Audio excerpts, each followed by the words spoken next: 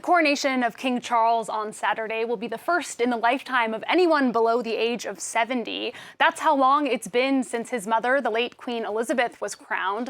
For a refresher on the ritual and some perspective on its evolution over the centuries, we can speak to historian and author Joanne Paul, who specializes in the Renaissance, Tudor, and early modern periods. She joins us by video from Sussex. Thank you so much for taking the time to speak with us this morning. Could we perhaps start all the way at the beginning? What do we know about the first ever coronation of a British monarch? So we have to go back to the 7th century. It's a very, very old tradition. And it really begins with the unction, the anointing of the monarch. That's what's in the first records.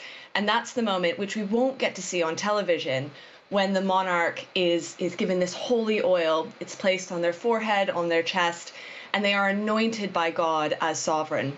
It's supposed to be a very transformative moment, and it also shows that the roots of the coronation are really religious. They're about the church's control in some way of this process of the monarch becoming the monarch. And you would say that people in general have become far less religious since then. What are some of the biggest ways that this ceremony has evolved over the past centuries? A lot of people think of the coronation as this unchanging tradition, but actually there's a lot of changes that have happened to it. The unction has continued. We will have it as part of the ceremony on Saturday. Again, we won't get to see it, but it will be there. But even that has become very controversial. In the 16th century, for instance, during the Reformation, they tried to take away the magic of it, I guess, and make it just a ceremony, that the monarch was already anointed by God before this moment happens, and it just is a demonstration of that, for instance. Also, what's been added, of course, is the actual moment of the crown being put on. There are now multiple crowns that go on. The actual regalia that you'll see, the crown itself, the orb, the scepter, all of that has been added, has been changed. The regalia that's going to be used on Saturday, for instance, isn't the medieval regalia that was destroyed during the English Civil War. I guess the main thing to take away is that the coronation is in many ways a sign, a symbol, a product of the time and place in which it is happening. And each time it happens, things are added to it, things are taken away. I mean, the biggest change perhaps is in the length. It used to be 12 hours long. I can promise you it won't be 12 hours long on Saturday. And if coronations tend to be a reflection of their times, what should we be looking out for on Saturday that's a reflection of today? I think we'll see an attempt to democratize. We already know that the people will be invited, all of them, to take an oath of allegiance to Charles III and to his successors. That used to be an homage that was just paid by the peers, by the nobility. That's part of what made it 12 hours long, was every single noble would pledge their allegiance to the monarch. The people are going to be invited to do that. Of course, we're going to see a lot from the Commonwealth, as we did with Elizabeth II, and we're going to see a lot of representation as well from the various nations of the United Kingdom. And I think we'll also see some elements of Charles himself. He's very interested in nature, in the environment, and we might see that represented as well. And there are also plans for anti-monarchy demonstrations along King Charles's procession route. Is anti-royal sentiment something that we also used to see in the past? We have seen it in the past. There was a civil war about precisely this. There was an interregnum where there wasn't a king, there was a commonwealth.